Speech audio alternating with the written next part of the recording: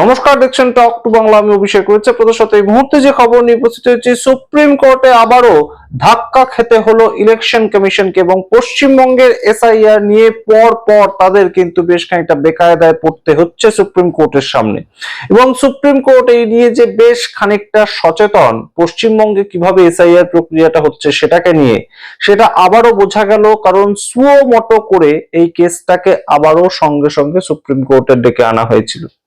আপনাদেরকে আগেই জানিয়েছিলাম যে সুপ্রিম কোর্টে বড় সড়ো একটা নজিরবিহীন রায় সুপ্রিম কোর্ট দিয়েছে, যে আর্টিকেল 142 সেটাকে ব্যবহার করে সুপ্রিম কোর্ট বলেছে এখন থেকে কোন নাম কাটা হবে, কোন নাম ভোটার লিস্টে থাকবে সেটা ঠিক করবেন জুডিশিয়াল অফিসাররা। ইলেকশন কমিশন তাদের কোনো আধিকারিকদের উপরে আমরা আর এটাকে ফেলে রাখবো না।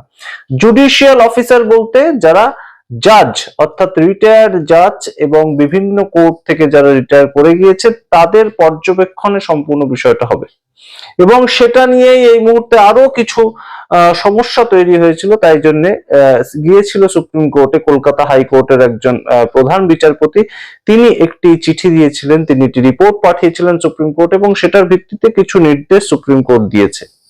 সমস্তটা আপনাদেরকে জানাবো। এবং ইলেকশন কমিশন তাদের একটা সার্কুলার জারি করার পাওয়ার কিংবা তাদের ক্ষমতা প্রয়োগ করার মতন একটা কথা বলেছিল সুপ্রিম কোর্টে, যে আমরা তো এই পাওয়ারটা আমাদের আছে, তো আমরা তো সেক্ষেত্রে সার্কুলার জারি করতেই পারি। কিন্তু পত্র পাঠ সুপ্রিম কোর্টের প্রধান বিচারপতি কি বলেছেন এবং কিভাবে সম্পূর্ণ ধাক্কা খেতে হয়েছে ইলেকশন কমিশনকে আপনাদেরকে জানাবো।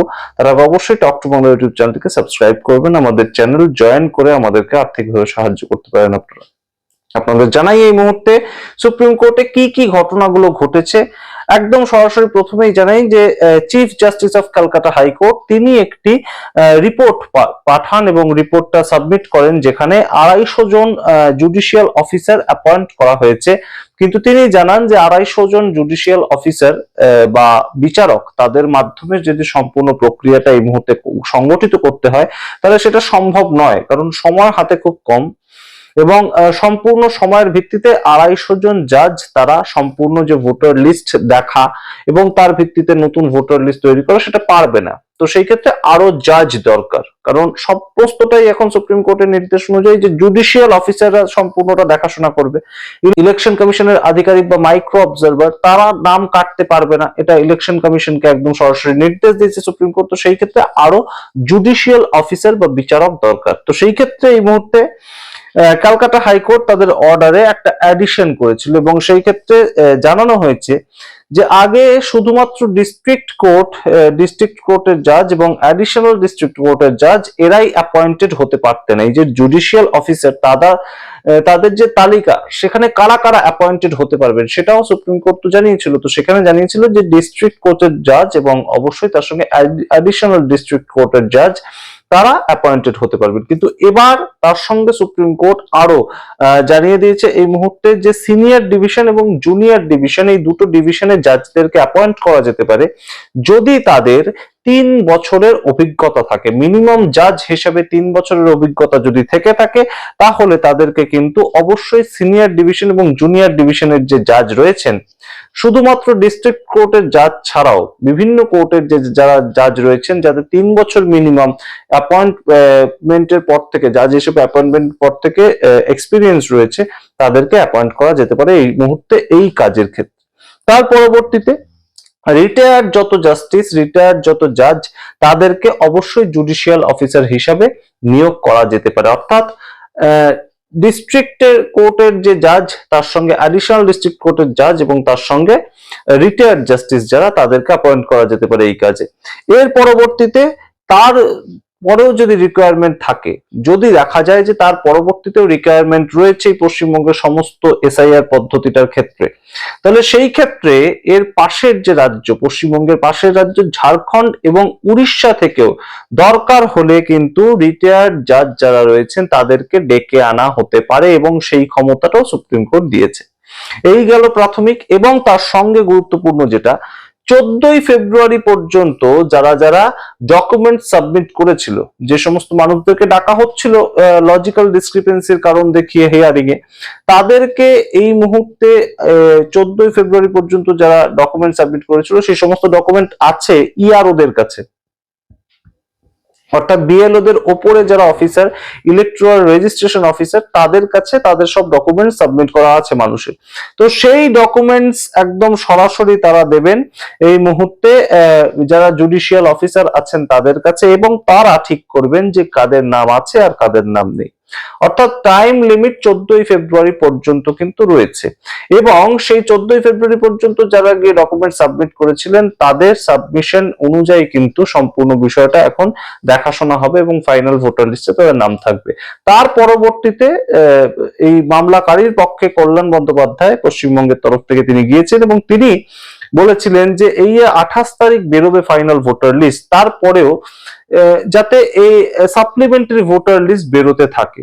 এবং তিনি তার বক্তব্য অনুযায়ী বলেছিলেন যে যাতে যেদিন নমিনেশন ফাইল করার ডেট, যেদিন নমিনেশন ফাইল করার লাস্ট ডেট থাকবে ভোটের আগে, তার 7 দিন আগে পর্যন্ত যাতে ফর্ম 6 অর্থাৎ যে ফর্মটার মাধ্যমে যাদের নাম ওঠেনি তারা যাতে আবার রিঅ্যাপ্লাই করে তারা যাতে তাদের নাম তুলতে পারেন সেই ব্যবস্থাটা দেয়া হোক। তো সুপ্রিম কোর্ট সেই ক্ষেত্রে একটা অত্যন্ত সদর্থক ভূমিকা এবং অত্যন্ত সদর্থক একটা বাক্য প্রয়োগ করেছে যে আমাদের হাতে তো ক্ষমতা আছে, এরকম যদি দেখা যায় যে সত্যি অনেক মানুষের নাম বাদ চলে গিয়েছে তাহলে সেই ক্ষেত্রে আমরা টাইম বাড়াবো এবং সাপ্লিমেন্টারি লিস্ট সেই ক্ষেত্রে বের করতে হবে। আবারও ফাইনাল ভোটার লিস্ট বেরিয়ে গেল এবং সমস্ত যাদের নাম বাদ চলে গেছে তারা আর এবারে ভোটই দিতে পারবেন না, এরকম ভাবার কোনো কারণ নেই। সুপ্রিম কোর্ট বলছে যে সম্পূর্ণ সাপ্লিমেন্টারি ভোটার লিস্ট যদি আমরা দেখি যে দরকার আছে বের করার, তাহলে অবশ্যই আমরা সেক্ষেত্রে টাইম বাড়াবো এবং আমাদের হাতে সেরকম ক্ষমতা তো রয়েছে।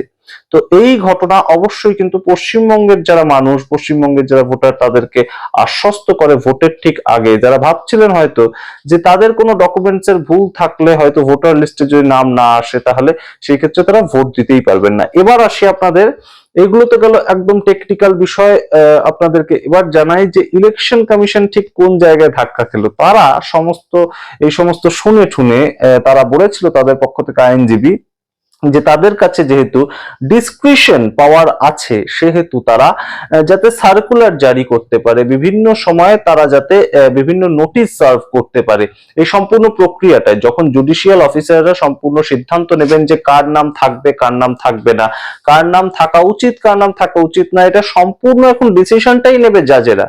তো সেই ক্ষেত্রে এই মুহূর্তে ইলেকশন কমিশন চেয়েছিল আমরা অন্তত যাতে সার্কুলারটা জারি করতে পারি বিভিন্ন সময়, কিংবা যাতে একটা নোটিশ সার্ভ করতে পারি সেটুকু ক্ষমতা আমাদের দিন।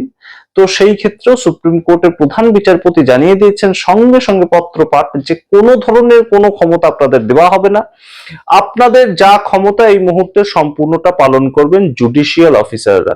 অর্থাৎ মাইক্রো অবজারভার এনে যেভাবে নাম কাটার একটা পদ্ধতি চলছিল এআই এর দ্বারা, ভট্টাচার্যি কিংবা খা থেকে খান কিংবা ব্যানার্জি বন্দ্যোপাধ্যায়, এই যে ছোটখাটো সমস্যাগুলো সেগুলো যখন মাইক্রো অবজারভাররা বুঝতে পারছিলেন না তারা সম্পূর্ণ নামটা কেটে বাদ দিয়ে দিচ্ছিলেন, কিন্তু সেই জায়গাগুলো এখন জুডিশিয়াল অফিসার তারা সম্পূর্ণ বিষয়টা কিন্তু দেখবেন এবং কোনো মতেই নাম বাদ দেওয়া কিংবা নাম থাকার যে জায়গাটা সেটা নির্ভর করছে কাদের উপর এই মুহূর্তে, ইআরওদের উপর। ইআরও বলতে আপনার এলাকারই ইআরও হবেন কেউ, এবং বিএলও যদি আপনার এলাকার হয় তাহলে তাদের উপরের যারা অফিসার তারাও আপনাদের এলাকারই হবে, ইলেকট্রাল রেজিস্ট্রেশন অফিসার, এবং তাদের কাছে যা ডকুমেন্টস আপনি সাবমিট করে এসেছেন সেগুলো তারা পাঠাবেন জুডিশিয়াল অফিসারদেরকে এবং জুডিশিয়াল অফিসাররা এই মুহূর্তে ঠিক করবেন যে কার নাম থাকবে কার নাম থাকবে না। সুতরাং নিশ্চিন্ত হওয়ার একটা জায়গা কিন্তু অবশ্যই আছে, এবং সুপ্রিম কোর্ট যেটা আরো আশ্বাস দিয়েছে যে আমাদের হাতে তো ক্ষমতা রয়েছে, যদি আমরা দেখি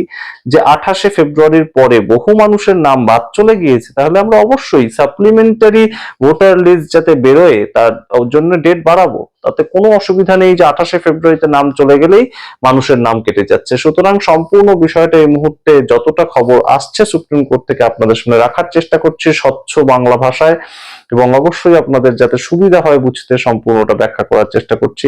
তাই অবশ্যই টক টু বাংলা ইউটিউব চ্যানেলকে আপনারা নিজেরা সাবস্ক্রাইব করুন এবং অবশ্যই ছড়িয়ে দিন টক টু বাংলা আপনাদের বিভিন্ন সোশ্যাল হ্যান্ডেল থেকে শুরু করে বিভিন্ন মানুষজনের কাছে, যাতে আমরা সবাই একসাথে সম্পূর্ণ দেশের খবর অবশ্যই তার সম্বন্ধে ওয়াকিবহাল থাকতে পারি। ধন্যবাদ।